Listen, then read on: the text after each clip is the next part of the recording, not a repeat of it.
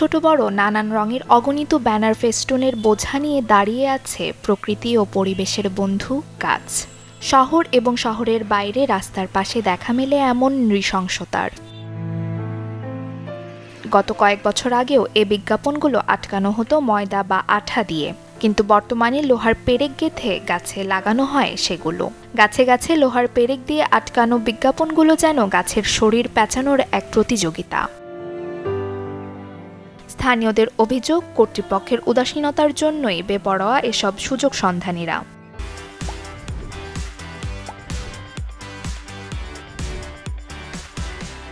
গাছেরও জীবন আছে, তো এটা করা উচিত না। তো পোস্টারিং করার সময় গাছের মধ্যে সুতা দিয়ে না বাঁধে বা গাছের মধ্যে পেরেক না দিয়ে সেটা বাঁশ দিয়ে খুঁটি দিয়ে গাড়ে পোস্টারিংটা করলে বেশি ভালো হয়। আমাদের এই ঠাকুরগাঁয়ে ফারাবাড়ি রোড এবং সেই সাথে রুইহার রোডে যে গাছগুলি রয়েছে, এই গাছগুলিতে বিভিন্ন মানুষ বিভিন্ন রকম ব্যানার ফেস্টুইন লাগানোর জন্য প্রেক মারছে এবং ডালপালা কেটে নিয়ে যাচ্ছে।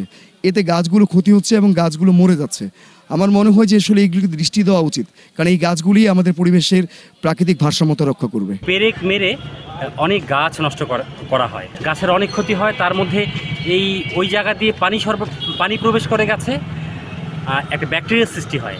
এই ব্যাকটেরিয়ার সৃষ্টি হওয়ার ফলে গাছের যে জীবনী শক্তি, এই গাছের জীবনী শক্তিটা নষ্ট হয়ে যায়। আমরা অনেক দুঃখিত যে তারা পেরেক মারে গাছের মধ্যে, কিন্তু আমরা তাদেরকে নির্দেশনা দিয়েছিলাম তারা দড়ি অথবা তার দিয়ে যেন বিভিন্ন জায়গায় বাঁধে দেয় পলে বা গাছে, কিন্তু পেরেক যেন না মারে।